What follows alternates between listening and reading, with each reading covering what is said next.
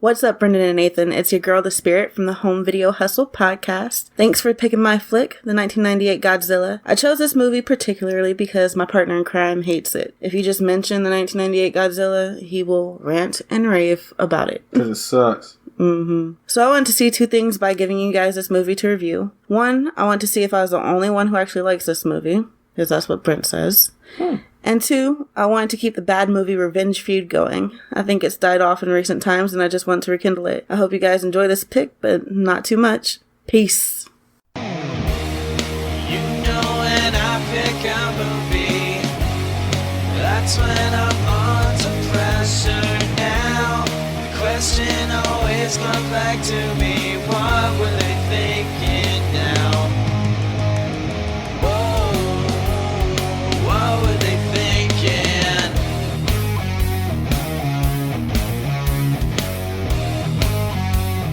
What were they thinking? Welcome! This is another episode of What Were They Thinking? I am Brendan. I'm Nathan. And we are wrapping up Listener's Choice Month. I gotta say, compared to years past... sorry. What? I was starting to rap there. It would have been actually more appropriate had we wrapped up Listener's Choice Month with the Vanilla Ice movie, because then we could have tied in the wrapping up with the rap. All right. Opportunity missed. Get in the DeLorean. Let's do this again. But we are wrapping up Listener's Choice Month with a... and I'm going to say... Overall, I mean, obviously these are all bad movies, but like compared to years past, this was a pretty painless Listener's Choice Month. Yeah, we actually did all right. But we are here talking about the pick from The Spirit from the Home Video Hustle. She gave us Godzilla, or as it's known by Godzilla fans, Gino, 1998 American version of this movie. But we are not alone, Nathan. We have a guest returning to the show. Ladies and gentlemen, she's here because the movie is also the nickname for her penis. Oh, wow. Mariah is back. Hello, everyone. And its tagline, too. Size does matter. Or, I think you'd say 1998. That's the tagline for Godzilla. Godzilla, 1998. Yeah. Like Godzilla 2000, but they're like, nah, 1998. Guys, should we workshop this tagline? I mean, it's literally just the year for the movie. It'll be fine. I mean, we put as much effort into this as any other part of this movie, so what the hell? Yeah. So Godzilla, 1998. This movie cost $150 million to make, which is pretty quaint by today's blockbuster numbers. Yeah. It made $379 million at the box office. However... So it did all right. It did do all right, but do you remember the extensive marketing for this movie? Like, this movie was marketed like crazy. The marketing budget, I think, at the time was like one of the highest ever at that point. Yeah. So this movie, as I've learned, did turn a profit, but not enough to proceed with the two sequels that were planned. They're going to do two sequels? I mean, don't forget... Wow. Yeah. Yikes. It's Godzilla, man. Of course they were banking on sequels. Yeah. You think of the countless number of Godzilla movies throughout the years, there's no way that they figured this was going to be a surefire hit, because the last Godzilla movie that even graced North American shores was Godzilla in 1985. Right. So again, enough to get a profit at least, and put it away and shuffle it off. This was no Cats box office disaster, but not enough to go any further. But Nathan, tell us what Godzilla is about. Well, for the uninitiated, I guess, Godzilla is about a radioactive. Well, it's supposed to be like a dinosaur lizard, but this one was pretty much just a straight up Tyrannosaurus crossed with a giant velociraptor, I guess. It is awoken by nuclear testing in the Bikini Atoll in France, I think, or by the French at the very least. Which was the first thing that I was surprised by, that I had completely forgotten. Well, they weren't going to blame the Americans. This was like 1998, rah rah, right? Yeah, well, no, So, it's just funny. They're like, well, we don't want to blame Americans, and we don't want to blame Japan because we don't want to seem racist. France, what are they doing? Nothing, because all of America hates France, so it was an easy target. Yeah.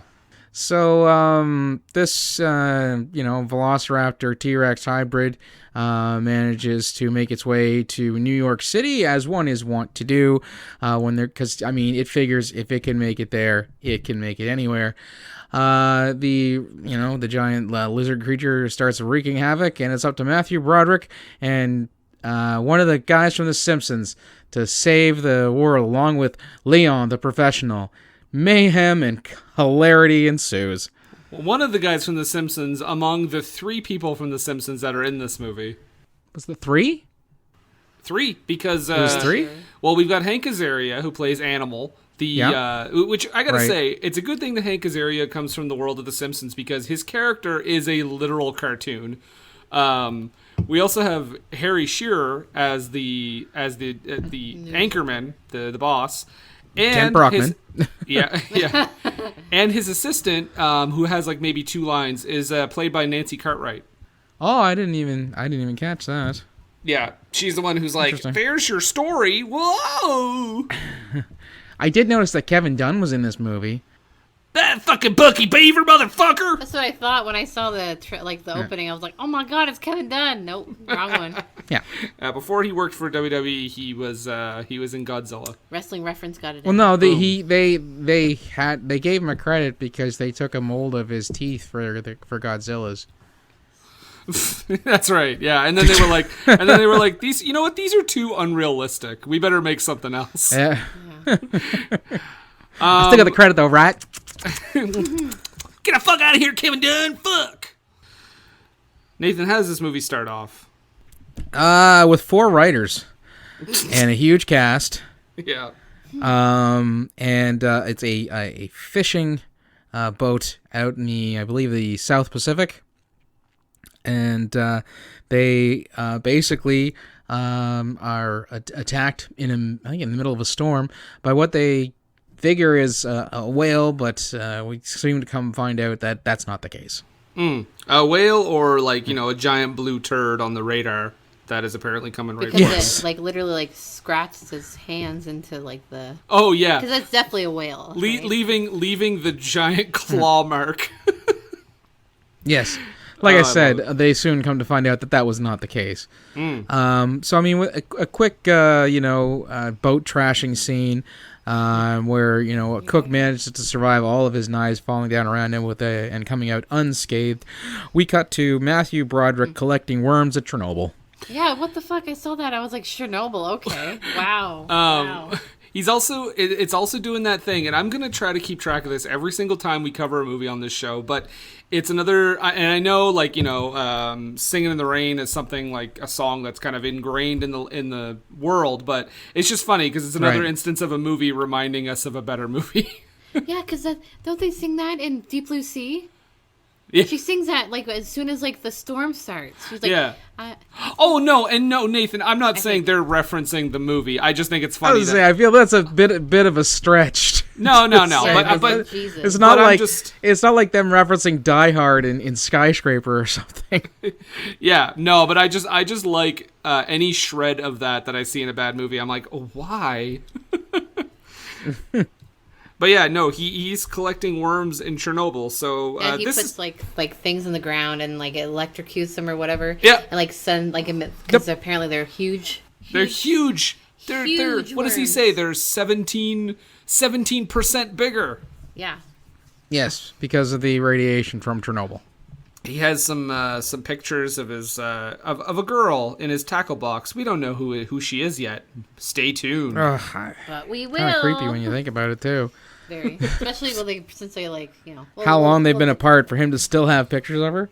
Well, my question is this though, Nathan. Now I know the protocol on having framed pictures signed by your exes, but what do we say about tackle boxes with pictures of your ex?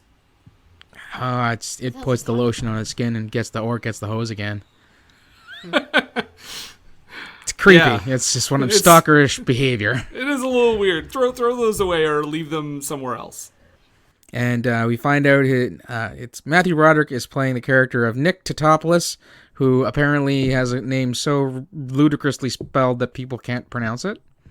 That's one of the great running jokes in this movie. Yes, it is.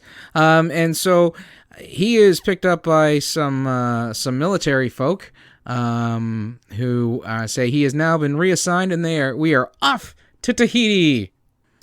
In one of the, I think, 2-3 scenes where it's not raining. Yes. Well, of course, it's also one of the 2-3 scenes where we're not supposedly under attack from the monster, so we can show it nice and clear. That's right. Yeah, we don't need to hide that CGI yet because we don't have Godzilla in the shot yet. That made me so mad though. Like watching the movie and like seeing every scene, I'm like, holy fuck, it's raining like in every single scene except for like one. See, it makes sense in a movie like, and I know why they're doing it. Like you said, they're covering up, imperfections. But it makes sense in a movie like Seven, where they're trying to emit a certain mood. But like, I'm watching something like Godzilla, and I'm like, holy fuck, shit, this is making me feel so like dreary. I think he almost fell asleep at one point. Did the old head bob? Well, we'll also be covering that on another soon to be coming up movie, which should have been a lot brighter as well. But with Godzilla 1998, we meet the old man who survived the ship, and the French are there. They're trying to figure out what's going on. Jean Reno waves a lighter in front of this chap and asks him what he sees. How is that going to work? I don't know. How is that? How is fire going to work? Oh my god, yeah, it's Godzilla. But especially considering the fact that he's not a doctor. No. He is French Secret Service, as he says. So why would he even have like some weird Robin Williams awakening idea that waving a lighter in front of this guy is going to, spark his memory of what he saw and get him talking again? Because the guy's in a catatonic state. See, I wrote down that I wrote down that I said I gotta get me one of those English to Japanese lighter translator devices that he's got. I wrote, why the fuck would fire work? Because I don't think the gentleman speaks English. No, not maybe really. It's just like he's triggered by fire. Yeah, maybe. Maybe he's looking within the fire himself. There's no time to get lost in the logistics of this because we're off to Panama. Panama. And the only scene in this movie that has any like sun. Yeah, that's what I mean. It's we like get a little more sun and light. 2-3 scenes, yeah. Mm-hmm.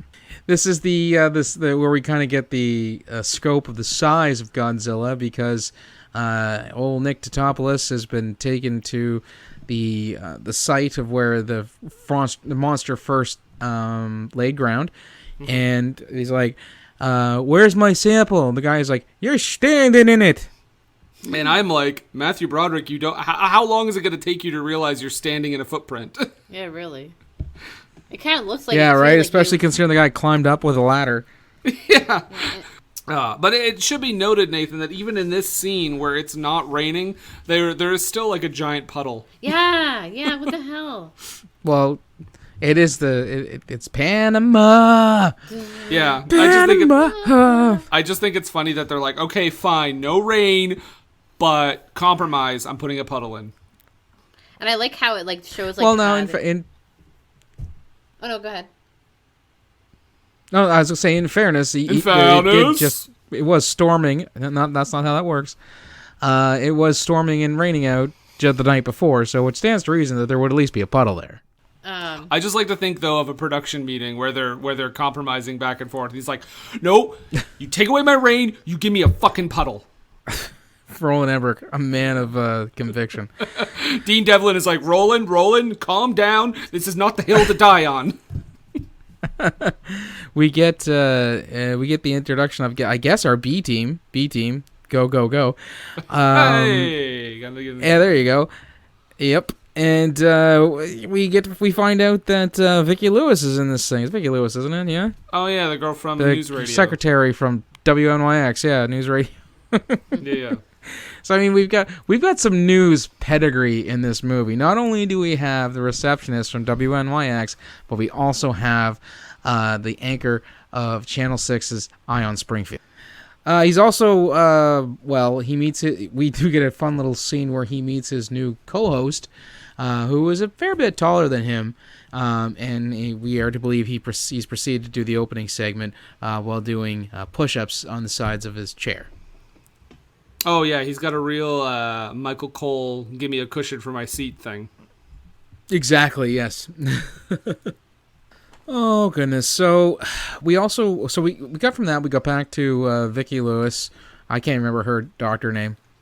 And she is just shamelessly hitting on Dr. Totopoulos. Yeah, and his lines in this movie, like his comedic lines reacting to stuff, are just kind of, they didn't really put forth any effort. He's just kind of describing what's happening, as we'll see a couple later. But in this one, she says, "I think you're pretty cute," and he's like, "She thinks I'm cute." Okay, yep, I guess that's what she said. The only thing would better is if he had a cold, because he would have sounded like Rudolph. She thinks I'm cute. I'm cute. We run into Jean Reno again, posing as an insurance guy, and he bugs one of the U.S. officials, which is where we're supposed to think, I guess, he's the villain of this piece? I guess so. At first, anyways, because Patty and I, we had seen this years ago, like in theaters years ago, and she had forgotten just about everything of it, so I was happy to re-scar her with it. And she said, "He's the bad guy. Look, he just bugged that guy. He's obviously the bad guy." No, he bugs the true villain of this film, Mayor Ebert. I wonder who he's supposed to be. Oh, Gewalt.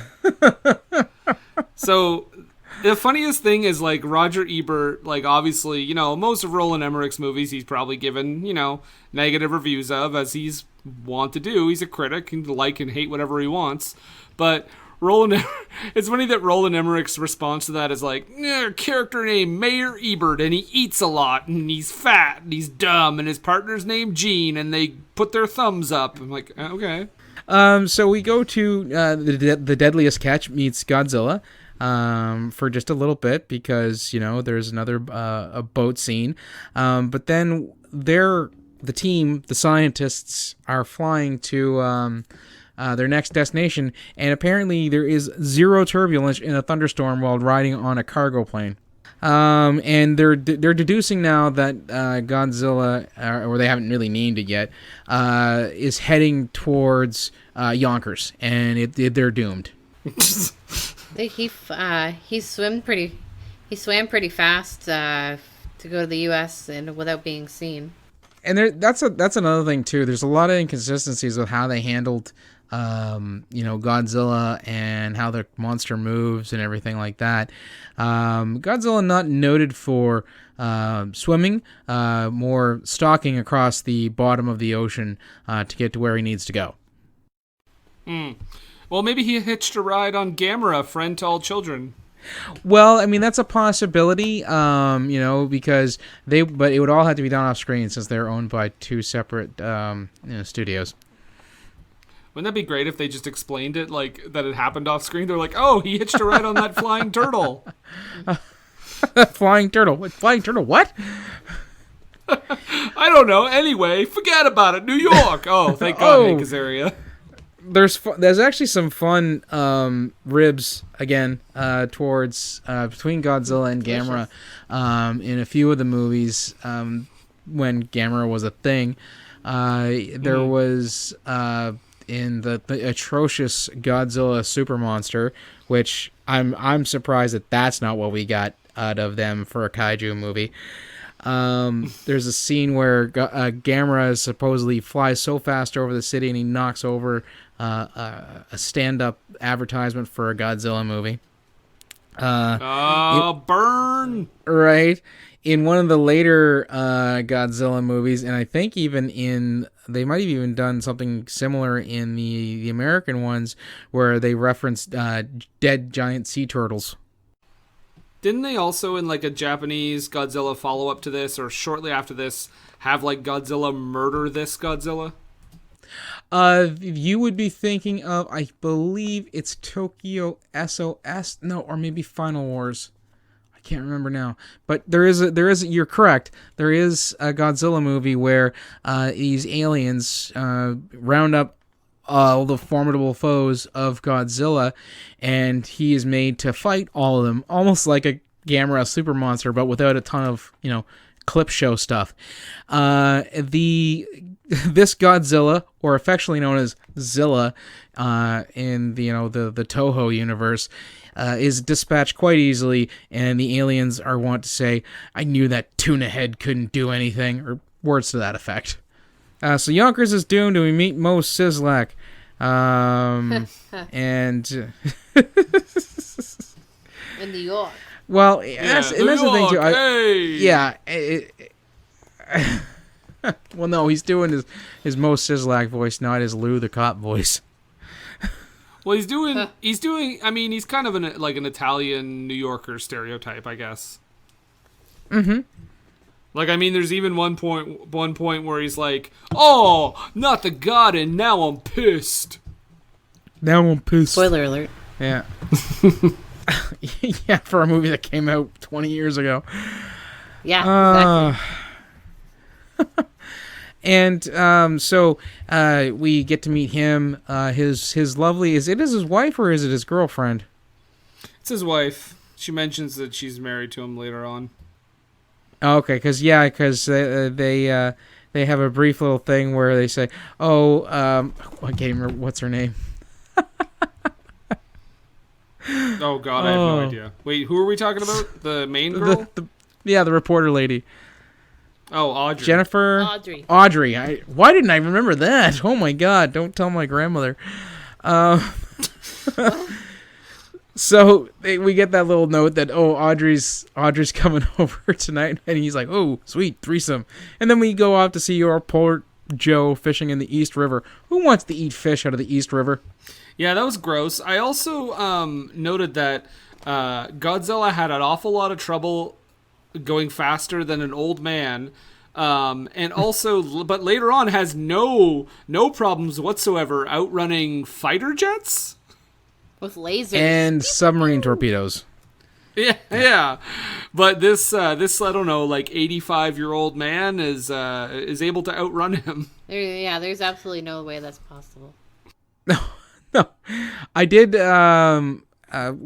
watching this the poor Joe, it also made me think that another reason why nobody would want to eat fish from the East River is because, remember, real psychopaths drive people from California, liquidate them and dump them into the East River. Oh my God, I'll never escape that movie. Nor should you. It's a fantastic little flick. Garbage Pail Kids is one of my favorite episodes of ours. Not my favorite movie. Good Lord. No, that's a terrible movie. Yeah. Matthew Broderick uses a lot of buzzwords, I think, at this point. At this point, try most of the science talk in this movie is all buzzwords. Well, I think this is like the first time because he's like talking about like how Godzilla relates to his worms. He won't shut up about his goddamn worms. Well, he knows worms. What can you say? And this is one of the first times that won't we get kind of a clearer shot of the Godzilla monster at this point, because I have a note here. The design is so off because not only is Hank Azaria almost crushed by the foot, which is like a velociraptor type foot, not a stompy flat foot like the usual Godzilla. It also looks more like Gorgo than Godzilla. Anybody knows because this is Gorgo? the scene when... What were you saying, Mariah? This is the scene where he goes through New York and just goes ape shit and goes because there was a scene, there's a part where a guy in a truck was listening to headphones and he was just like, and they were like, "There's no way you can't hear what's going on." Yeah, what's that? Those fucking if you have the headphones up loud enough where you can't hear fucking Godzilla trashing the city, you are going deaf. That's just it. I love the fact that when he comes up from the water, he's bringing boats with him. Yeah, he's basically made of boats for the first little bit.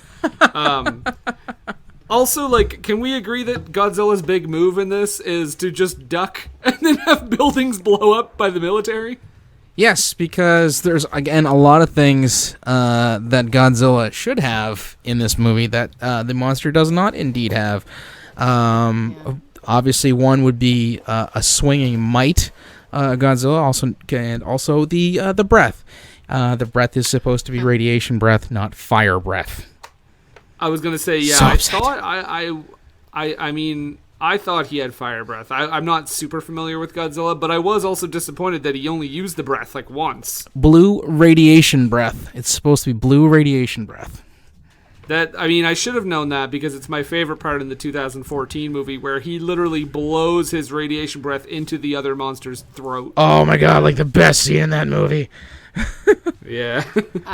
They're like, I think we're going back to like that Hank Azaria's like wife. She's so stupid that she was like, is it a parade in town? I was like, the fuck, are you dumb?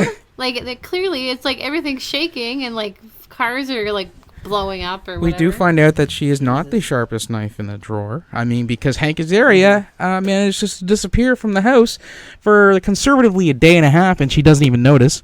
She doesn't notice until the news report.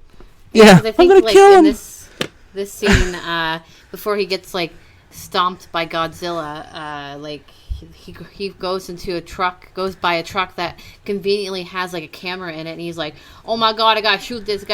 And he gets like, he shoots he takes video of the Godzilla before he stomps him. I do love the ADR too because somebody was like, "We got to put a great line in here. What's a good line?" And they came up with him going, "This is large." That's okay. It is large. That's a heck of an action one-liner there. They need to get Arnold Schwarzenegger on retainer or something. So yeah, it looks like New York is all like fucked up and like scary, and then like there's a press But that's release. the way it normally looks, isn't it? Yeah, that's true. Eh? Okay. There's like a press release or something by the Mayor Ebert, and he's like, "Gotta open up the economy quick," and I was just like, "My God, this speaks to fucking like the whole world right now." This movie's not supposed to age this well, eh? Motherfuckers is like, it's because they got the Simpsons involved. It's That's pretty, why. yeah. They predicted it because of that. Yeah. It's pretty sad to look back at a Godzilla movie and be like, "Oh, simpler times." Well, it was pre 9/11. So. Yeah, with several prominent shots. Several prominent shots of the World Trade Center, and also a planes line. And also a line by Harry Shearer where he says, "This is the worst attack since the World Trade Center bombing." But yeah, it's just rampant destruction. And can we also point out the giant hole he makes in MetLife Stadium and the building somehow stays standing? This is the MetLife Stadium. If it can hold WrestleMania, it can hold Godzilla. Hey. It's just like a cartoonish, like it's like a cartoon when someone goes through a wall. And it's like just still there. I think oh, sorry, go ahead. I'll say we get to see, this is where we find out that Mayor Ebert stress eats, and Gene keeps trying to take his sweets from him, like his Jersey chocolate kisses. Back off, Gene. Yeah, I guess Gene is like his assistant or something. Yeah, he's like his campaign manager. Yeah, I wonder who Gene is a reference to. Gosh, a bald guy named Gene who hangs out with a fat dude named Ebert. I wonder. Yeah. I think now we're at to the point where they declare like they have to evacuate Manhattan. So like you see like Audrey is on the subway and there's a guy holding a fucking fishbowl. What? What? There's a guy holding a fishbowl with a fish in it. Is that the most unrealistic thing in this movie for you? Oh, I wrote it down, so I guess so. It must be. Okay. Giant lizard? Whatever. Yeah. Fishbowl. Guy hold the fishbowl in the subway? Ridiculous. Audrey at this point does also steal like Harry Shearer's ID badge. Yeah, little forgery. Yeah, and then she gives her friend shit because her friend is like, "Oh, do you have like glue or something?" And she's like, "No, I left my forgery kit at home." I'm like, "Whoa, lady, you stole it. Calm down." We do get the first kind of glimpse of what the French guys are doing, which for most of the movie is not a whole lot. Just watching people. Guys, okay? Yeah, watching people and complaining about the coffee and the unavailability of croissants in New York. I have a hard time, even in 1998, believing that they couldn't get a croissant in New York or a decent cup of coffee. That to me was the most unrealistic part of the movie. Absolutely. No, let's give him coffee at the end and say it's French coffee. Oh yeah, they had French like roast. French roast. It says French roast. It's so many weird, it's so many weird like jokes about them being French, and almost I was almost to the point like, are they also basically a stereotype? Like I think everyone is in this movie. Just about, yeah. I think at this point, like, does like Godzilla disappear for like an hour? The whole movie, like he disappears for a long time, and then just like because he's like underground or whatever. Yes, but that is not uncommon in a Godzilla movie. Because the idea that the humans are driving the filler story. Well, they're doing a shit job in this movie. Well, they're doing a shit job, but their drama is supposed to be like the filler story. If you watch any Godzilla movie, Godzilla will show up, wreck some stuff. There will be some human drama, show up and wreck some more stuff, probably some more human drama, and then the big blow off at the end, just like any decent wrestling feud.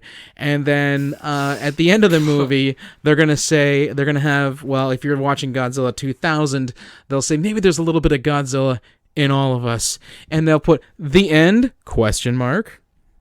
And then don't forget, Kenny shows up and said Godzilla is a friend to all children, and Itchy. He flies on his back, and wait, is it November? So as far as the story goes, where are we at this point? I think we're like, because my notes are all over the place. This is go ahead. This is the they say that this is French roast because it says French roast, and then we have our tuna plan, where they're gonna put they're gonna try to bait the monster the first time. Right. And so Matthew Broderick's like, he can't smell anything. Get these manholes opened. Wow. I thought he was in the room for a second there. Right? She thinks I'm cute. I like this part where he's just like he wants to grab a disposable camera, but he gets it through a vending machine. Oh yes, I was like, oh my god, vending machine. I remember my mom having like disposable cameras and stuff like that, so I thought it was funny. I remember disposable cameras. I don't think I've ever once encountered in the wild a disposable camera vending machine. You're in New York now, baby. Well, I mean, that does stand to reason. It is a much bigger metropolitan area, but I don't. It was weird. I remember seeing this movie in '98 and like, fucking camera vending machine. That shit's ridiculous. We do get a bit where the monster does try to finally figure out where the tuna is because the manhole plan works. That sounds dirty, doesn't it? Yeah, he's like, yeah, this part right here did not make any sense to me because it said like Matthew Broderick is looking through like the fucking manhole, and then he hears he sees like the ground like crack beneath him, and then like he hears a growl. Why the fuck wouldn't he run away from that? Because we should have gotten, but we didn't. I was so upset that there was not a Buster Keaton moment where he is almost crushed by a bunch of pavement, but saved by one of the manholes that he opened. Again, that sounds really dirty. Also, this is a trend, I think, for almost every character in this movie. Is no one runs. No. Like, everyone stands there until the last possible fucking moment. Yeah.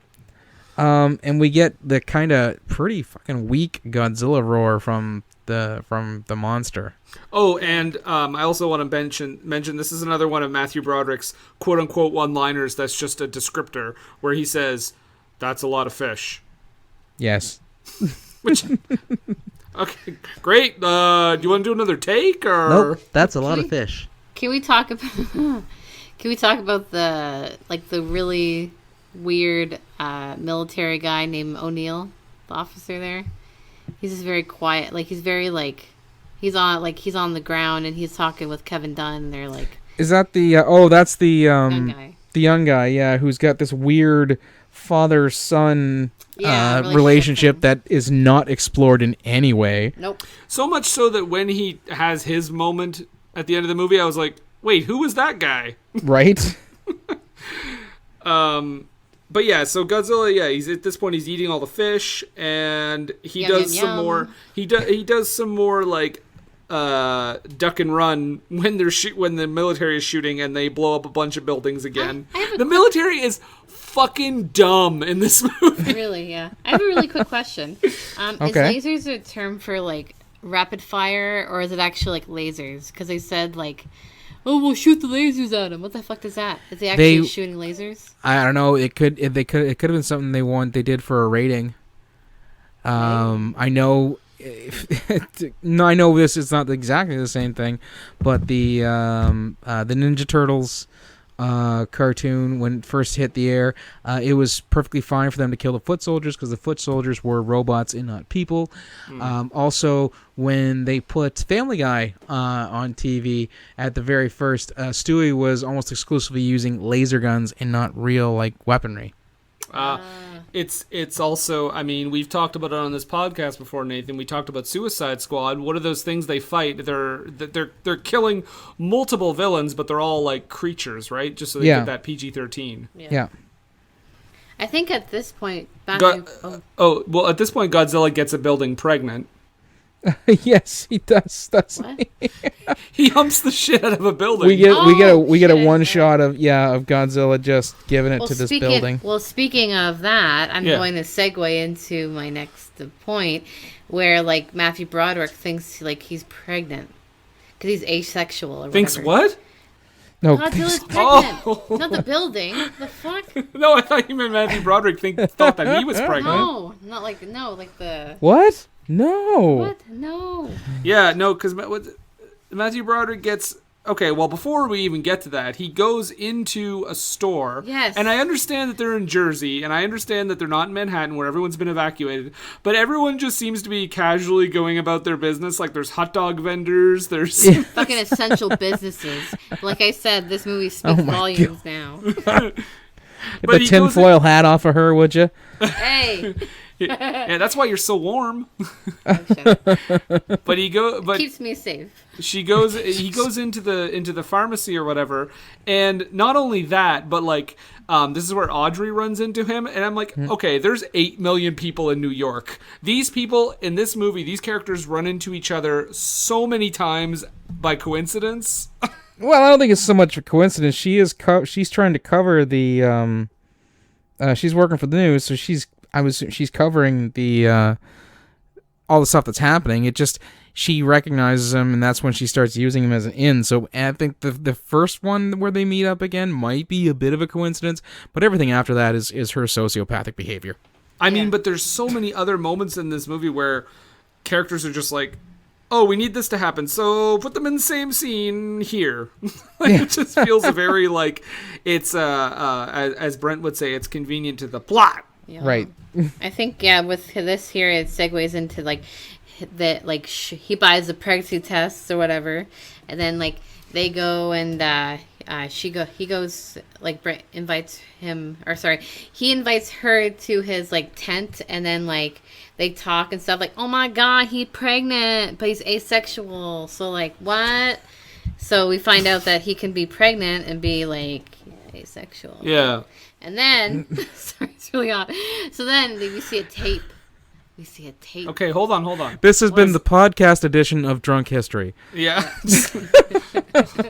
Hold on. Pretty much. We're just describing the plot in sounds. Just a sec. But yeah, right. So he somehow, what did he have Godzilla's piss? Blood. It was blood from the like blood. the I thought it was yellow though. No, it was red. It was when Colorblind? he. Jesus Christ! It's such a contentious episode, and there are a couple. When he mixes it, he takes the blood that he got from the monster, and mixes it so that he's able to do a pregnancy test. So he has to make it. I'm guessing they might have made it look like urine, but it was blood that he had collected from the monster. Okay. Delicious. Yeah, and he's like, I've determined from this human pregnancy test that Godzilla's having a baby.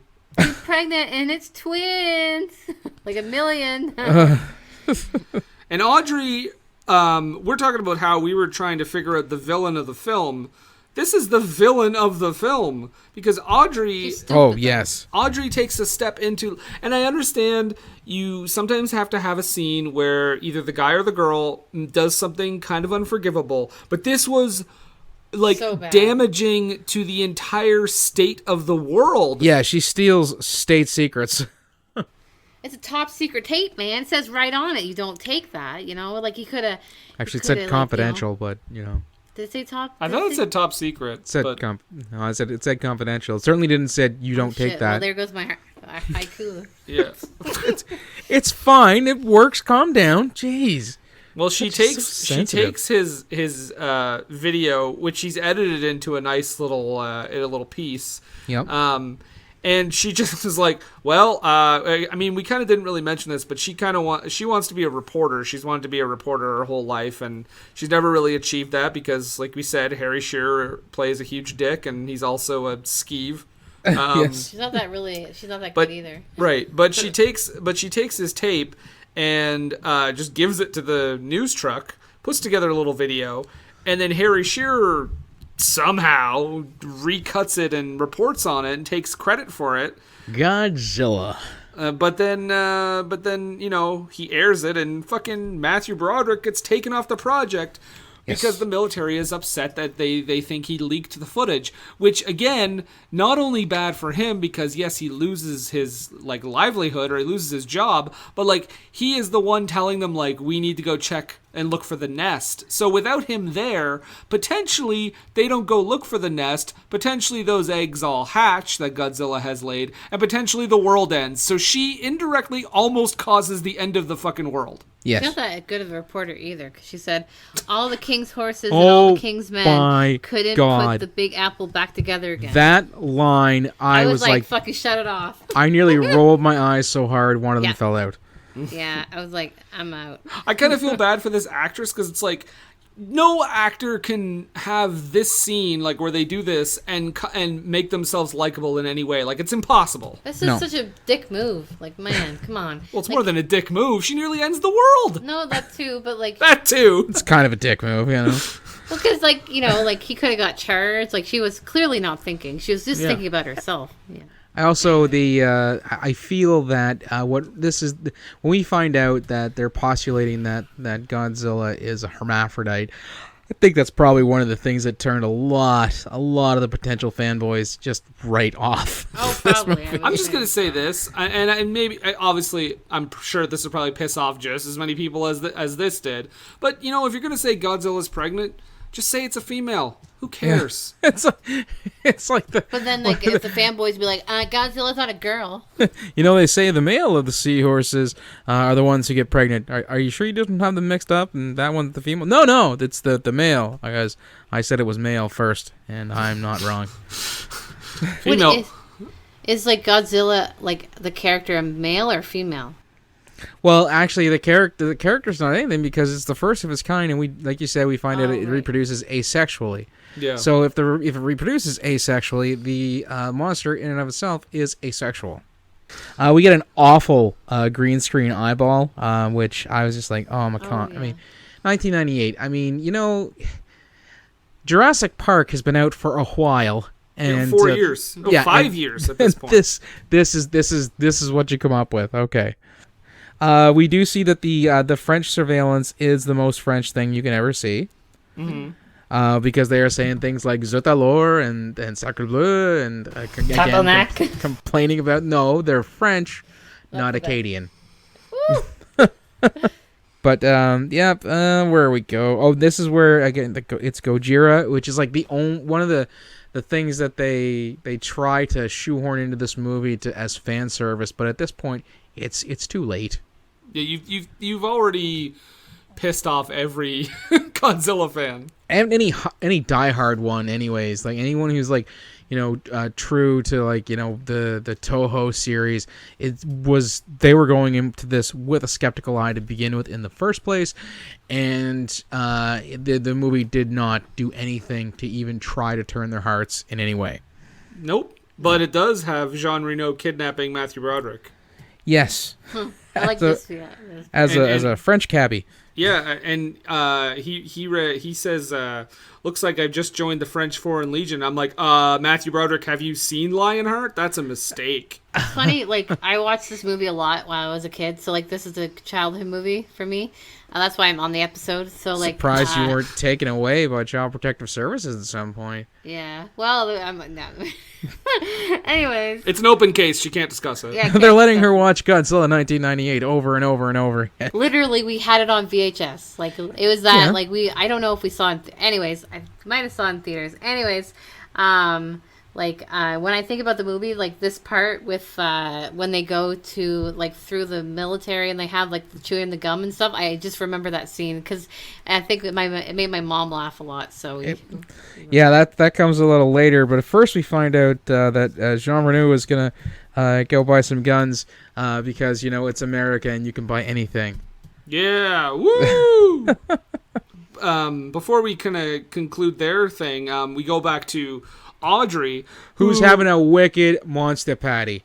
A wicked monster patty. and she's having a meltdown as if this was like a romantic comedy and she broke a boy's heart by like telling him he was ugly or something. I like the Yeah. Scooby-Doo thing in the background too. I Yeah, noticed that as well. It's like is this Godzilla or like fucking Summer Catch or some shit? Very whiny character. Yeah. Oh my god. And I can't believe also I'm so awful and people don't like me anymore. this movie kind of ended her career. That's too bad. Then she blamed it on her friend. But you said that I should Yeah. be like No, she did a good string of movies before this, and then I think she was set to do. She did one TV movie after this. She did a bunch of pilots that didn't air, and even when they were planning the sequel, they were basically like, "Well, people didn't like her, so she's going to be in like 5 minutes of the movie." So she wasn't even going to be a part of the franchise, really. Did they film it? No. I'm going to tell you a fun little, interesting little tidbit. It's right, because if this had gotten picked up for a sequel, or like some weird coincidence, that having introducing characters from the previous Godzilla movie would have been even more disastrous for the diehard Tohos, because the only reoccurring Godzilla character in any Godzilla movie is Godzilla or another kaiju. I can't think of one where there's a recurring character in any of them, like as far as humans go. Oh, well, I will tell you that Matthew Broderick, Maria Pitillo, who plays Audrey, and I believe Jean Reno were all signed to contracts to be in 3 movies. Gross. So it would have been great to see how much worse they would have gotten. Well, yeah. But so Audrey is all upset, and comic book guy comes in and he says, "Listen, you screwed up. You screwed up. I feel bad because I told you to be ruthless." I'm like, "Don't feel bad, dude. She's horrible. She's her own person. She can make up her own decisions or whatever." Yeah, and he's like, "Listen, you can make it all better if you come with me." And I see, because I was trailing him, and I found out that he's talking to these French weirdos. And so we're going to follow them, and if you show the world that he was right all along, forget about it, you'll hook up. That's basically what he said. That's the broad strokes. Oh, and I got to duck out the window so my wife doesn't see me leaving. Yeah. Because I'm afraid of my wife. So. She's going to hurt me. Yeah. So we go back to the French CIA, and they're starting La Masquerade. They're putting on their GI uniforms and getting all the aforementioned gum because it makes them look more American. Yeah. I do like that Love this movie thinks we're too stupid to know that he's doing an Elvis Presley voice at the gate, because he's like, "Thank you very much," and then he turns over to Matthew Broderick and be like, "Elvis Presley, he was the king." I feel the my big takeaway from this scene that I found, again, also ridiculous, that a person from Europe would not know how to drive a manual clutch. Yeah, true. And again, one of the more unbelievable aspects of this movie, Right. between this, not being able to get a croissant or a decent coffee in New York, the credulity is out the window. So would you say that he's not much of a professional? No, I would not actually. Yeah, Okay, I see what you're doing. Yeah. Referencing way better movies. much better. And okay, so next, they're trying to find the monster in the tunnels under, the sewers and stuff under New York, and Godzilla now looks more like an iguana or a giant Gila monster. Yeah. Again, referencing a way better movie, the giant Gila monster. Please, ever seen it? I've never seen it. And we get more cleverness or cunning attributed to the Godzilla monster, which again, not necessarily Godzilla's known forte. Really more of a brute force fighting monster, not a thinker. Yeah. Oh, yeah. This movie has Godzilla as being like a very skilled, Very skilled and very clever. Like when they try to when they try to like hurt it again towards the center of town, it stops and is like, wait, something's up. So, you know what? Book They it the might other as well way. have just. You know what? They're already pissing everyone off. They might as well just gone full tilt and had him fucking speak. I don't think you people are taking me seriously in any way. Didn't they like kill him? Like kill him? Quote unquote. Well, no, this is what's coming up here. The Crimson Tide sequence coming up. Yeah. Oh, I like to think it was the Hunt for Red October. No, Oh my because God, with the fucking like submarines and shit. because it was an American sub and helmed by a young black man, so it has to be Crimson Tide. Right. Yeah, Godzilla like Smart. tricks them and has the torpedo like destroy the other submarine. But then And he gets stuck. It's funny because like you think about it, like Mariah had mentioned earlier about the lasers, and maybe they did that for like a rating or something. You think about the body count that is attached to this next bunch of the movie. Like all the people in the subways, not the subways, the submarines who perish when Godzilla outwits them and turns their own torpedoes against them, and also the helicopter pilots that the monster manages to kill as well, and of course all the buildings and there's other collateral damage that we haven't talked about. I'll show you some collateral damage, Nathan. Oh, that's not even good. Cut that, please. you had Hank Azaria take over your. My device is almost ready. And Ever. so after we think that Godzilla is dead because they do manage to wound the monster, we cut away from that to Madison Square Garden, where we meet New York's Rook E-Team. Because a rook is a place where you would That's keep good. eggs, you see. Rook E-Team. Oi. Yeah, and this is where a great collection of like again more stereotypical Hank Lost Azaria World. lines, because he says, I mentioned he's like, I'm not the god and now I'm pissed, and then later when they're running he says, oh man, this is the shower where like the Knicks are and stuff. And which is, I don't know, I think is maybe a little off, because as a cameraman, I think that he would have worked the garden for the games and stuff, because he said that their station covers the Rangers games, right? Yeah. So I mean, he would have been in the garden at some point in the backstage area. So his starstruck routine is. They weren't thinking about that when they wrote this movie. I think they were thinking about a whole lot, except how could they get Taco Bell to shill for them?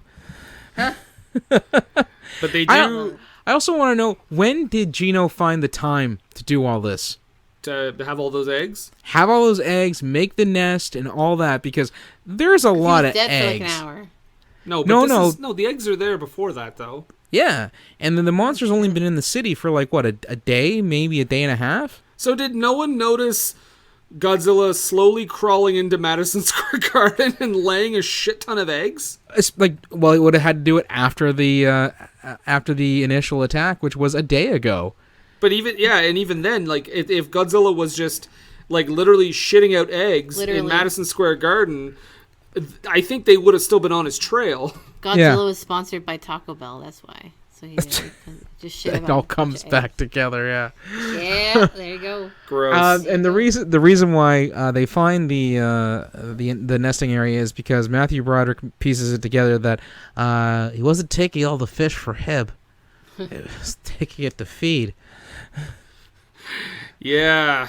Matthew Broderick. He's like, just like my worms. And it's like, shut up about the worms. Goddamn worms. But I do, I gotta say though, Nathan, they go in there and they see all those eggs, and He puts his head on it. he might as well have said that's a lot of eggs again. But it was real nice of all the baby Godzillas, which are velociraptors. Let's face it. It was real nice of them. It was real nice of them to wait till everybody showed up before they hatched. That was quite convenient. He puts his head up to it and he's like, "Oh my god, it's shaking!" And then he pops out. And you talked earlier about them using the rain and stuff to cover up the shoddy CGI for the monster. They did not have that at their disposal here, and those baby Godzillas are atrocious. Are they like in suits? No, God, this is perfect. There's not a single. It looks like Lost World. It reminds me of like just like the little dinosaurs at the beginning or whatever. Yeah, and that's the idea. The problem with it is that, again, Godzilla, more noted for having at least some sort of practical effects, and a dude in a suit. We never get that in this movie. No. This I wrote down like just basically this scene is like Spielberg but shitty. I like when it cuts to like the whole like stadium because they go into the booth, and you can see like he puts the lights on, and like, oh my god, they're everywhere. Meanwhile, back at where Kevin Dunn is, Vicki Lewis is like, "Hey, we need to find the nest," and he's like, "Oh, I don't know about that." And she's like, "No, you got to." And he's like, "Oh, okay." Just needs a little extra poke in the ribs, I guess. Yeah, well, I mean, it's at that point after that, don't they start broadcasting live? And Audrey tries to have her redemptive moment where she's like, and the person responsible for this is Nick Titopoulos. But not before a bunch of red shirt French army dudes are killed. Oh, right. Yeah. They're all dead. By the Raptors. Yes. Almost. I'll tell you, I was going to actually, dang it, Mariah. I was going to say, this is the sort of destruction that happens every time the Raptors come to New York. Basketball. World champs, y'all. Because I'm going to dunk it. And obviously completely off screen.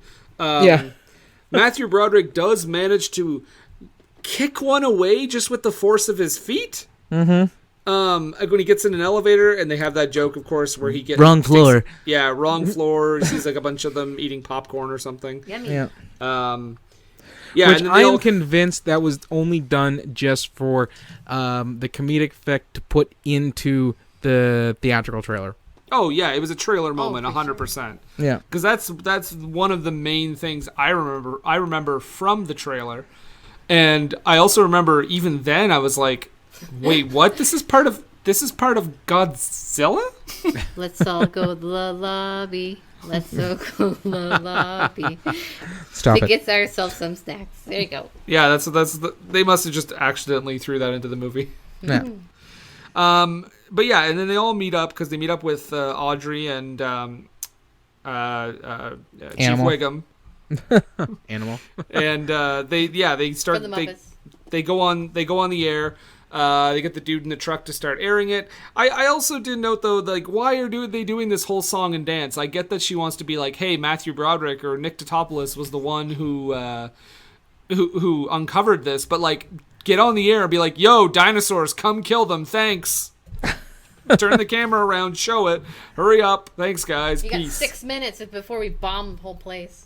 And it'll be worse than when Hogan slammed Andre. I know that was at the Silverdome, but I don't know about that. They say it was Superdome. I don't know about that. They say the arena exploded and Hogan had to swim to safety. Luckily, people were able to get on his back and the largest arms in the world, so it's pretty close. Luckily, Andre the Giant didn't burn up upon re-entry. Yeah, he bounced so hard he shot up to the moon and back. Yeah. I can only imagine that's where his story will go next, since it seems to get exaggerated more and more each time he tells it. Yep. And this is okay. So next, after they kind of nuke the garden, we find out that literally, King Kong ain't got shit on Godzilla. I thought I originally thought when they blew up Madison Square Garden, that was the end of the movie. I did too, and then I looked and I was like, oh, Godzilla's back. Oh, Yep. Why is there 25 minutes left? Exactly. Almost like that should have been the nice little pin to end it all. But nope. We have another action sequence. We got a callback there. We go back to the Madison Square Garden at the end. So What? Oh yeah. Well, it's not till later. Yeah. It's a little treat for you. Okay. So wait. Hold on, Nathan. Don't skip the Home Alone pranks in the MSG. What? When he throws the gumballs and the raptors are Oh slipping yes, all over the old ball trick never fails. Gross. Fucking stupid. Yeah. And by the way, before Godzilla shows up, Matt Broderick and Audrey, they have their kiss, and it's probably the least earned reconciliation ever. And I think that's another thing. I still hated her because that's really a terrible thing to do. Yeah. And that's another fine point as to why the movie kind of should have ended there, because that's their reconciliation. Her supposed to. But wait, there's more. Yeah, their relationship redemption is not the end of the movie, which, Jean Reno steals a taxi cab and immediately makes it undrivable, but is apparently still drivable for the entire duration of this next bit. It flew in the air, it rolled a bunch, it's just showing that New York cabs are invincible. No, they literally go into Godzilla's mouth. Yes, at one point. Puts the cab in his mouth. And Hank Azaria, of course, he has to be like, yo, we're in his mouth. And I'm like, no shit. We're going the wrong way. And they're saved because someone reaches out of the cab, grabs a live electrical wire, and sticks it in Godzilla's gum. Oh, my God. And in the meantime, Matthew Broderick has managed to throw the cab license out the window so that what's his name, O'Brien? Yeah, it's so they O'Neill? can. Yeah. There's my friend Luke had a really hard time with this one specific point of the movie, especially because of how they did it. Because they went to the cab company and found the one frequency that one cab driver uses. Yep. That's one. Not how that works at all. Only in New York, buddy. Maybe you could go and find the band that the cab is set to, so they can find them. But I feel that they'd be able to find them on the CB pretty quickly, if they knew they were, driving a cab. The fucking military. You think they'd have a way? Yeah. To hear, literally. And the French CIA. Yeah. But Matthew Broderick does get an idea, and they end up going to the Brooklyn Bridge. Yes. And tie up Godzilla in the suspension cables. I feel so bad at this point. I felt bad. The sequence on the bridge is almost that of a Ray Harryhausen type situation, but not as good, and that's saying something. Yeah, Harryhausen, king of the stop animation. Special effect, Clash of the Champions, Clash of the Titans. Clash of the Titans. Yeah. Special effects in that were better than this. That's crazy. Yeah. So Godzilla is caught up in the cables and gets fucking, I guess, just attacked with military weapons until he dies. And at this point, I said, man, the greatest fuck you final twist to everybody who ever liked Godzilla would be if they established right here that Matt Broderick and Godzilla had a Dragonheart bond, where Godzilla's dying and suddenly Matt Broderick's like, oh, I don't feel so good. Like the girl from Gamera? Yeah. A much better movie. So Godzilla dies, and so sad. Okay, Harry Shearer disappeared for most of the movie at one point, but you expect okay, he's the asshole, right? So you expect, I don't know, Audrey to haul off and slap him or punch him or something. He gets off with a light shove. Yeah. He doesn't even. I half expected him to even get eaten by Godzilla. Like But I the don't lawyer think- from Jurassic Park? What's that? Like the lawyer from Jurassic Park? Yeah, but like no major characters are killed in this movie. No. Just the No, French. it Just the French guys. the French guys are all fodder too. They're not main characters. No, that's what I mean. Like those are the only people that die, and like some random people Like in you the said, city. they're all A fathers, submarine like full of sailors. I mean, yeah, but sailors aren't people. We know that. Right, they're just seamen. That's rude. They're just seamen. They're Ew. they're gonna be people later. Okay. Fuck it, they're just semen. If the Gross. mood strikes, they'll be people later. Uh, It takes a special kind of chemical reaction. That's how that works, right? yeah. When I mean that, it's also kind of funny that they're in like a long cylindrical conveyance. You just pour them into a beaker, Pour them mix out, it yeah. around. So, this is Jean Reno has his mysterious disappearing ending. And he walks you know, away alone into like the rainy street with no friends because all his friends are dead because of Right. Godzilla's kids. don't worry, he'll be back in the sequel, won't he, guys? Yeah, he does take Hank Azaria's tape though, and then Yes. he's like, "Listen, I'm going to send it back after I cut a few things out of it." It's like, dude, you don't have final cut on this. Well, you know. Final cut wasn't a thing. No. Final. I'm talking about like when a director has final I'm cut. just kidding. I know. I'm just saying. It's my joke. Like, okay. Brendan just mansplaining away Mariah's joke. No, I'm just saying. I thought she. Yeah, really, though. I thought she thought I was talking about the editing software. No. We find out that there is one egg left to leave this open to a sequel that never ever happened. Thank God. So much rain, and how Yeah. fitting that we end this movie on a Bastardized. bastardization of existing material. Right. Da-da-da, da-da, da-da-da. All right, you guys. I'm not writing any more checks. Na-na-na. Okay. A fun fact, because it's a fun fact. That's a super fun fact. It's an interesting tidbit. It is an interesting tidbit as well. Puff Daddy was on Saturday Night Live to promote this movie and the single from that album. Oh, I remember. David Duchovny was the host. Yep, there you go. Oh, my top. What?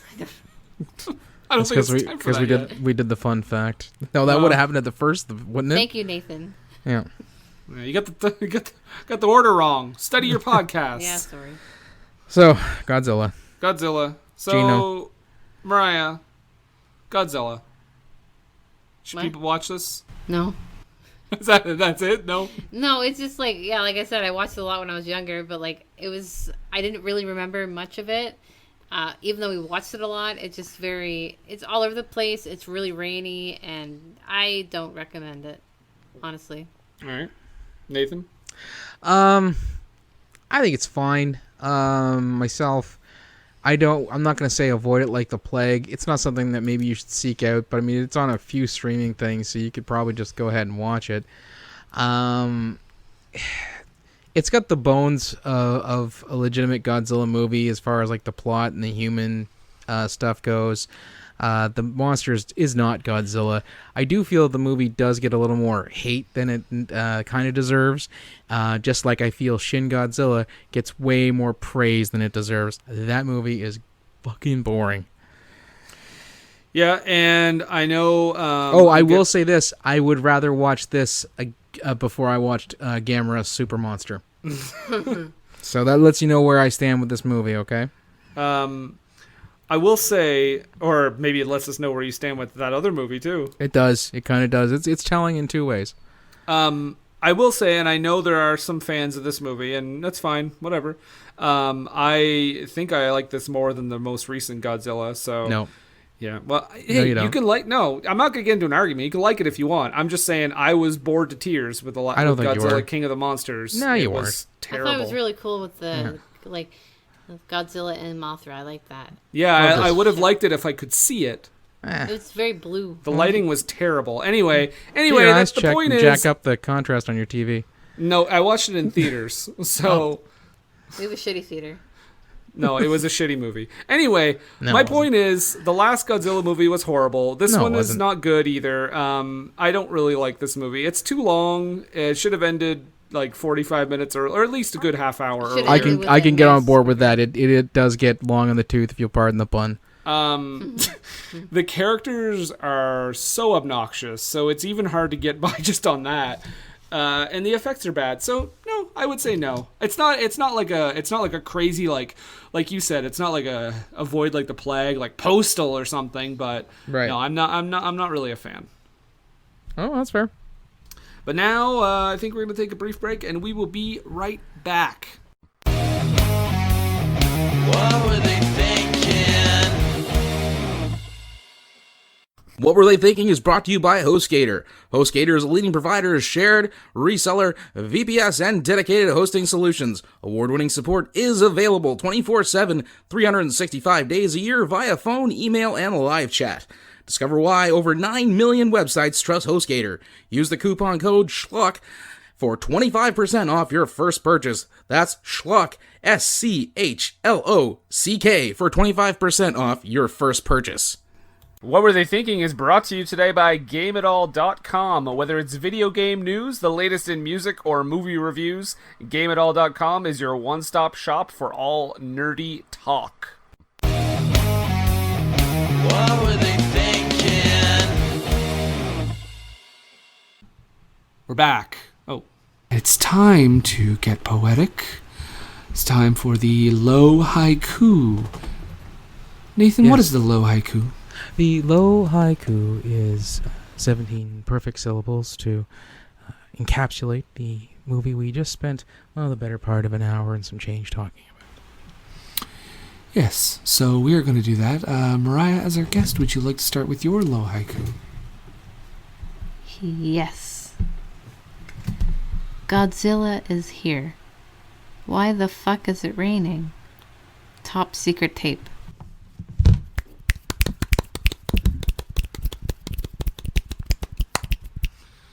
Very good, very good.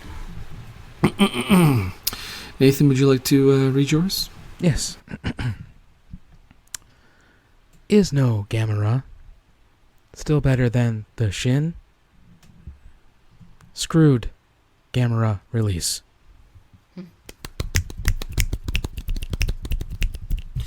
Okay. So much goddamn rain. Zilla, not Jurassic Park.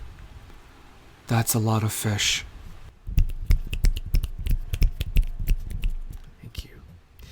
Ba-ba-boo! Boom! We're out. I like Run to think. for it. I like to think too that by you covering your dislike of Shin and mine of King of the Monsters, we've made everyone mad. So that's fun. That's fine, yeah. And well, as I referenced in the haiku, this movie tanked the American release of the Gamera Guardian of the Universe because they were going to release it in theaters over here after it did so well in Japan, and then this movie tanked, and not a single distributor would touch it for theatrical release with a 10-foot pole. But Nathan, we talked about Yes. Godzilla, Mariah, the three of us. We all talk about Godzilla, but what do we always say? Well, other than Gamera is far superior to Godzilla, we also say... Don't take a word for it.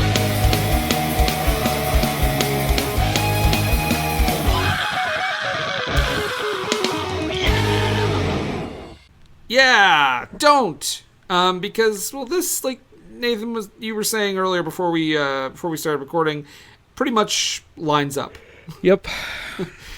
Critics, 16% of critics liked this movie enough to give it a positive review, and the audience was a little bit higher, but I mean nothing crazy, 28%. Wow, Yeah. a whopping like 302,000. Wow. Of audience reviews, yeah.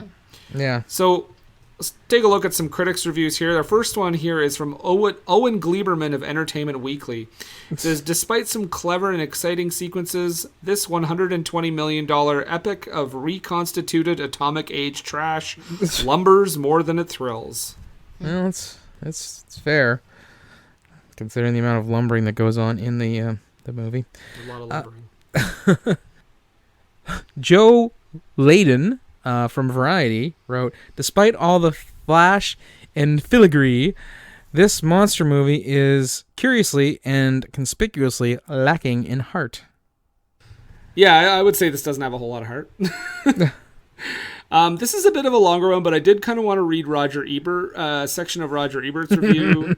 Actually, I'll let Mariah grab one here. She's kind of looking here. I thought this one was really funny. It's a fresh one, and it's a 3 out of 4 from the Philadelphia Inquiry, and it says, quote, not available. Brilliant. I thought that was pretty funny.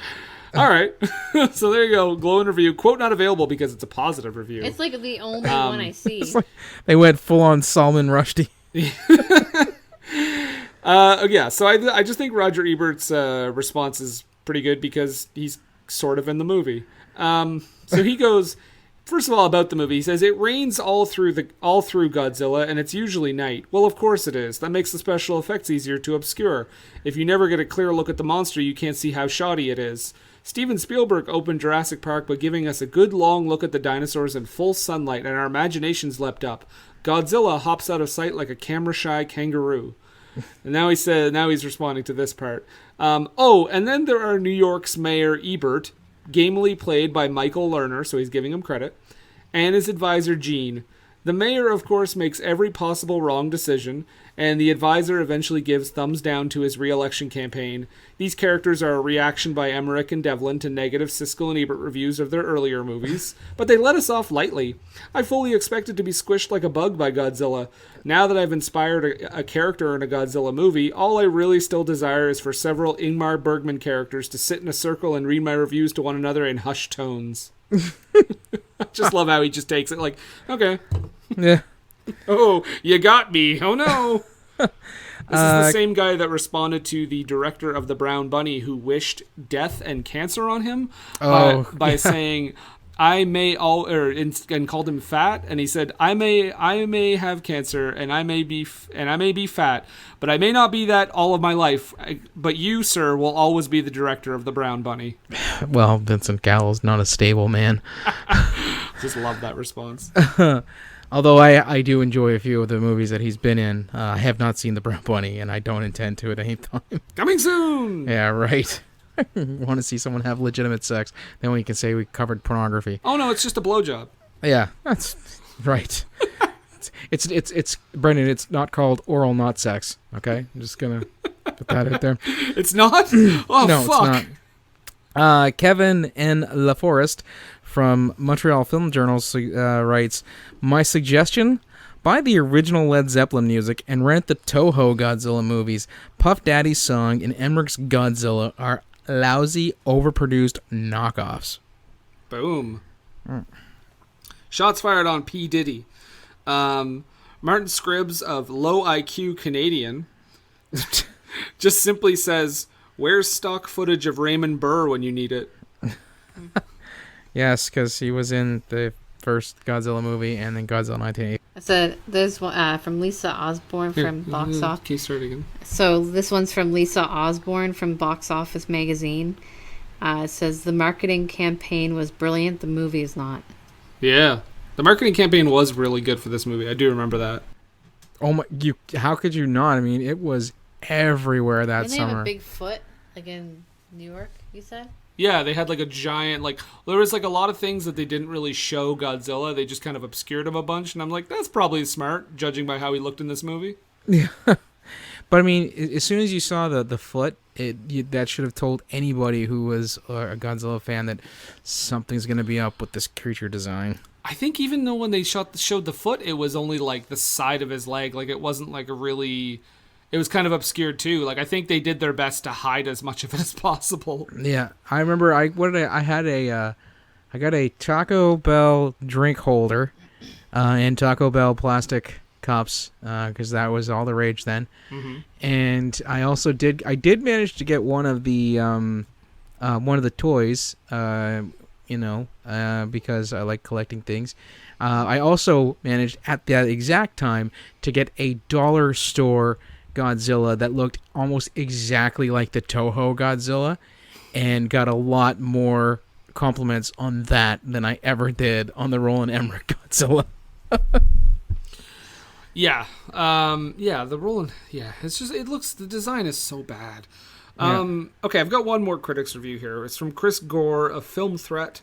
He says, I'm not sure if the screenplay was actually written or they simply ran a program which patched Frankenstein's monster like a hodgepodge of moments from recent blockbusters together, along with typical lines like, I've got a bad feeling about this. And wrong floor.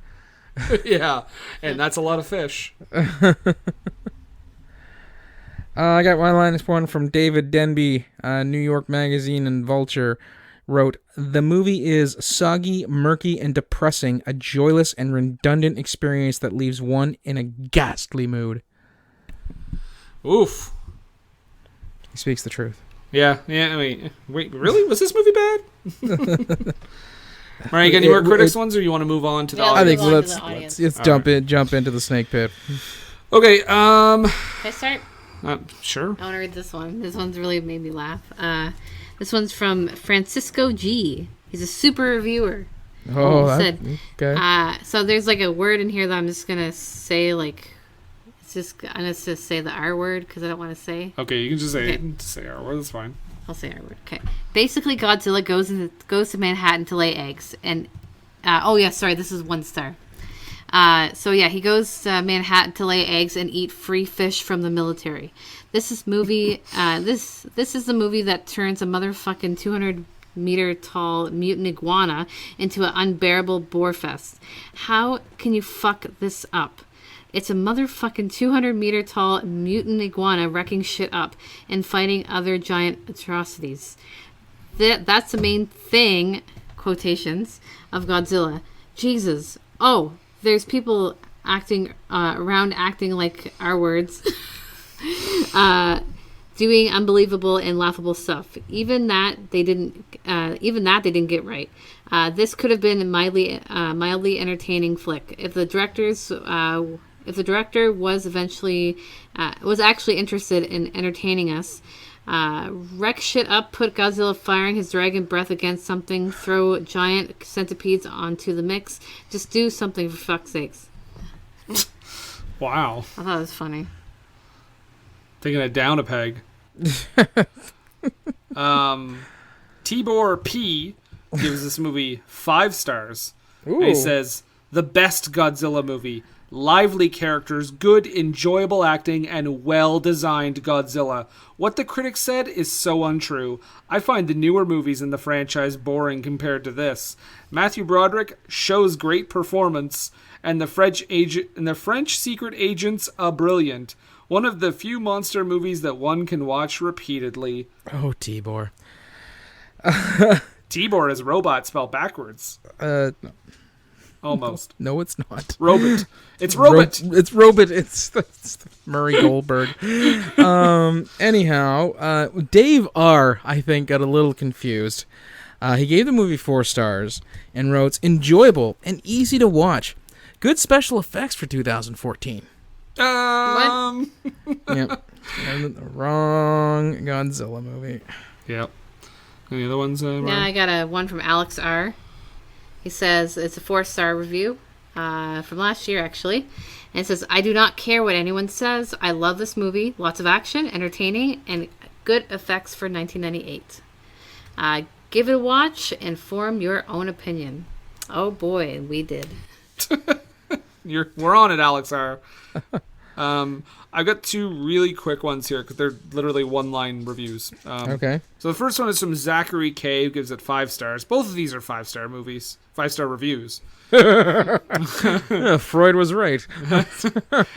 So Zach simply says they tired their best to make a Godzilla movie. 5 stars. They did tire their best, that's for sure. Gerard C says great movie, exceptional special effects. Maybe he got mixed up and thought it was the 2014 one. Maybe. I have a 1-star review from Tristan A. He writes, as a Godzilla fan, this left me really disappointed. It didn't really feel like a Godzilla movie. It's nothing like Godzilla at all. And no atomic breath, what the actual F-dash. The only reason I rated this too low is because it disrespects the original Japanese design and story. The acting is very bad, especially in scenes that were supposed to be comedy. In order for this movie to impress me, is just remove the god from Godzilla, and then you got a decent monster movie. Wow, that was... are they okay? Tristan is probably not a well individual. All right, Mariah, what do you got? I got half a star from Jack P, and he says, I heard some rumors about this movie sucks. Wow. Yep. All right, Jack P. My last one, I just got one more here, and it's a review from Ashley M. She says 5 stars. Her review reads... Ashley McIsaac? What? Ashley McIsaac? Yep, that's her. Him. That's a he, it's a fiddler. That's him. Yeah. Gives it 5 stars and simply says, please let me watch it. I'll give you 5 stars. I have a review from Liam H. Obviously, Liam Hemsworth. Half a star. Writes, the stars say it all. ... It suck. For some reason, the ended suck with like a string of E's at the end. It's sucky. Maybe it's supposed to be it suck, but it cuts off, and the last letter is an E. Man, give that boy some work. His brother Chris is doing everything. Okay, so I think this one got cut off, but I thought it was funny. This is from Cameron C, 3 stars. It says, it's enjoyable, but it's not quite the Godzilla IREM. It's not quite the Godzilla IREM? Like REM. Yeah. REM. Dream about while you're sleeping. Oh. REM. Losing my religion. Screog. All right, well, those are the reviews. Nathan, we are at the end of Listener's Choice Month. We have just done our final episode of this month. Mm-hmm. Next month we are moving into our summer flopbuster season. Mm-hmm. And I will give a clue as to what's coming up next week. This is gonna. I don't even care if this is obvious because I'm gonna say it. It's gonna be fantastic. So. That's what's coming. Mariah, thanks for joining us. Yeah, Talk no about problem. One of your favorite movies. Oh, yeah, great. I love how, it's... My episodes that I'm on, it's so all over the place. I think it's, childhood movies like Spice World, Ben and Match in the Arthur. Water. No, not Ben and Arthur. Childhood movie.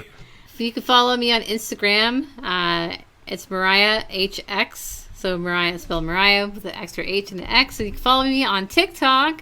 It's _ Mariah with an extra H _ because I'm cool like that. Awesome. And follow me on OnlyFans. See my big dick. All right. So, Nathan, is Montrose there to say a few words? He is. Just a moment. Okay. Hello. It's your good friend Montrose Monkington III here. I will not talk to you about Godzilla because, you know what? I'm a King Kong man myself. But I will talk about wrestling, especially over on my YouTube channel, Montrose Monkington TV. If you like what you see there, you can be friends with me on Facebook, in the Facebook group Montrose Monkington III Esquire and Friends. And you can also tweet at me at Montrose III. That's the number 3RD. Hit at your little chimp man. Thank you. More later. Well, it seems like Montrose has been learning from Vanilla Ice there with his lingo. There, you know what? He knows that if he wants people to drop the zero and get with the hero, he has to sound like that. That is true. He also has. You guys can't see it because it's a podcast and visual stuff is lost. Despite how many times we've explained that to Mariah. He was wearing a gaudy jacket with a bunch of stupid words on it and bib overalls. Sure. Perfect. Right. He's cool as ice. So we've come to the end, and again, thank you, Mariah. We'll be back next week with a movie with a very obvious hint. But until then, I will say that you can find us on social media. I thought you were going to tell us to keep fit and have fun. So follow us on social media. On Facebook, just search for What Were They Thinking? What Were They Thinking Interactive is our Facebook group. You can talk to us there as well. We are on Twitter and Instagram at WWTT Podcast. If you're listening to us right now, you obviously know where to listen to us, but you can find us on any podcatcher. You can also find us on our home base at www.ttpodcast.podbean.com. And we're also on Patreon, patreon.com/WWTT podcast. You can sign up there for some cool stuff. And right up until the end of August, if you sign up at any tier level, you will be able to pick a movie for us to talk about on a future episode. So sign up for that. And if you are already signed up and you haven't given us your movie yet, please do so. I'm pretty sure I've gotten one from everyone, but if you haven't, just shoot us a message. Sweet. But other than that, I guess I just have... questions? Sure, I am the resident kaiju expert, so. Okay, well, I mean... He's a Caillou. Yeah, he's a Caillou expert. Yep, yeah. I know how to whine and throw tantrums to get the things that I want. So, Nathan, in a movie where, I mean, we have a very accurately designed Godzilla... Oof. In another movie, sorry, that's not this movie. Okay. But in a movie where the Godzilla design is not what it should be at all. Right. In a movie with, the stock, obnoxious characters, for the most part. Yes. Played by a bunch of capable actors. Mm-hmm. And in a movie in which Godzilla somehow births terribly rendered CGI velociraptors. The worst. In a movie with such iconic lines as "That's a lot of fish" and "Oh, the Knicks shower in here." Right. Wrong floor. And Wrong Floor. Wrong floor. Sounds like a really bad horror movie. With all that being said, I just have to ask. What's that?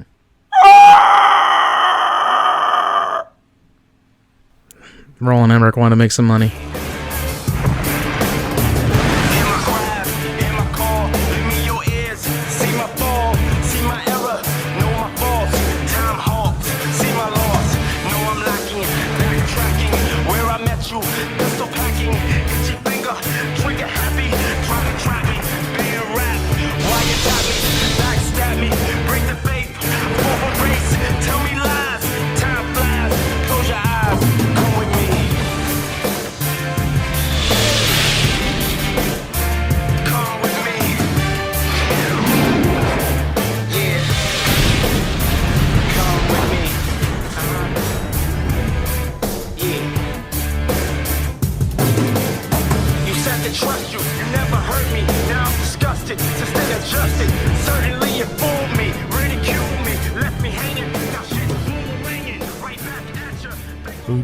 It's time, let's check our cue, baby. Pair it with a couple brews, baby. We love good movies. We love the bad ones too. So we watch them all and pass their lessons on to you. Oh yeah.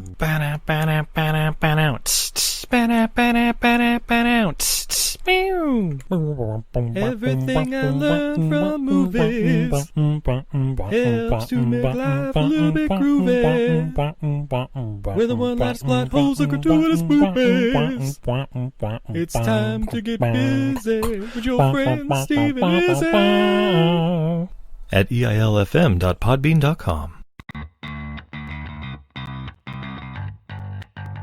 Hey, this is Liz. And this is Heather. And we are Nerdy Bitches Podcast, a show where two geeky ladies podcast their way through pop culture. From movies and TV to our regular book club and everything in between, we bring you our favorite fandoms with a feminine eye. We're talking Star Wars, Star Trek, Harry Potter, DC, Marvel, comic books, and anime. And don't forget sci-fi, fantasy, action movies, video games, D&D, board games, and so much more. Be sure to check us out on Apple Podcasts, Google Play, Stitcher, Podbean, or wherever you find awesome podcasts. You can also find us hanging out on Twitter, Facebook, Instagram, Pinterest, and at nerdybitches.com. Talk to you soon.